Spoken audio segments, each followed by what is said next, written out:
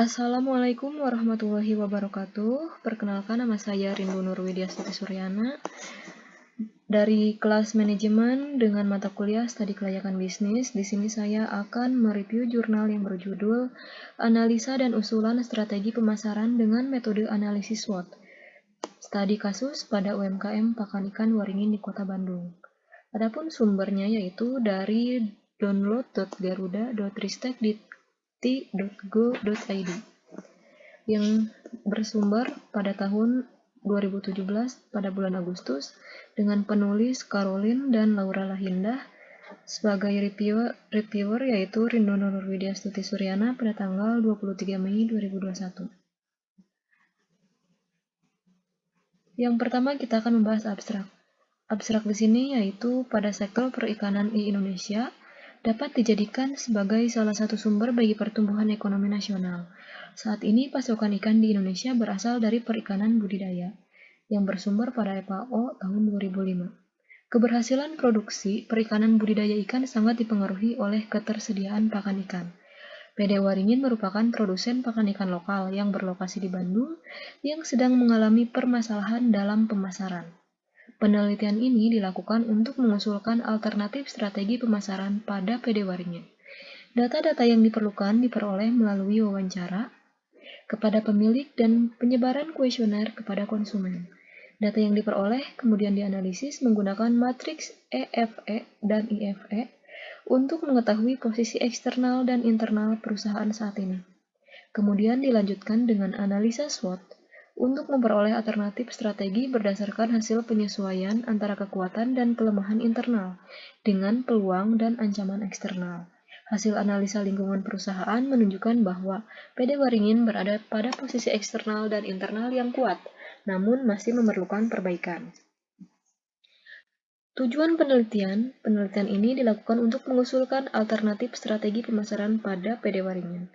Dengan permasalahannya, yaitu dalam budidaya ikan adalah tingginya biaya penyediaan pakan ikan sehingga mengurangi keuntungan yang didapatkan oleh petani ikan.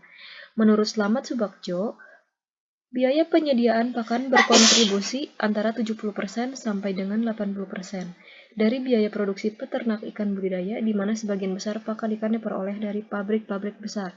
Tingginya harga pakan ikan disebabkan karena kebutuhan pakan dan bahan baku pakan ikan buatan di Indonesia sebagian besar masih dipenuhi oleh produk impor, salah satunya impor tepung ikan. Adapun datanya yaitu digunakan dalam penelitian ini berupa data primer dan sekunder. Data primer yang digunakan merupakan hasil wawancara kepada pemilik dan hasil penyebaran kepada konsumen PD Waringin. Pembagian kuesioner dilakukan untuk membandingkan hasil wawancara dari pihak perusahaan dengan pendapat dari para konsumen yang telah menggunakan produk pakan ikan PD Waringin. Fokus dari pertanyaan kuesioner adalah hal-hal yang berkaitan dengan bauran pemasaran 4P yang dilakukan perusahaan. Adapun metode penelitian yang digunakan dalam penelitian ini yaitu dengan studi deskriptif kualitatif. Studi deskriptif bertujuan untuk memberikan kepada peneliti sebuah riwayat atau untuk menggambarkan aspek-aspek yang relevan dengan fenomena perhatian dari perspektif seseorang, organisasi, orientasi industri, atau lainnya. Sekarang 2015.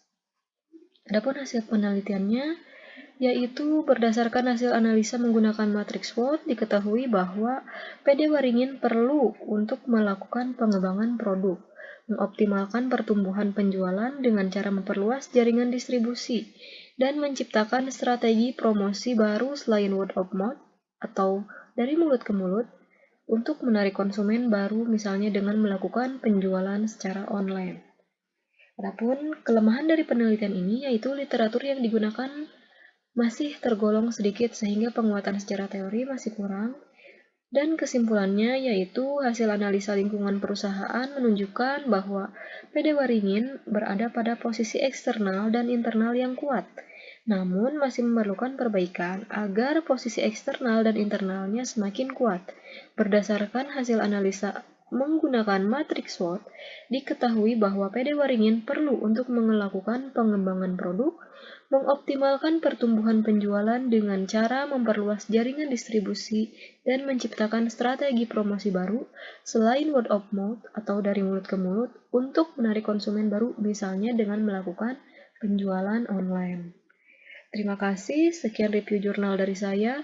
Wassalamualaikum warahmatullahi wabarakatuh.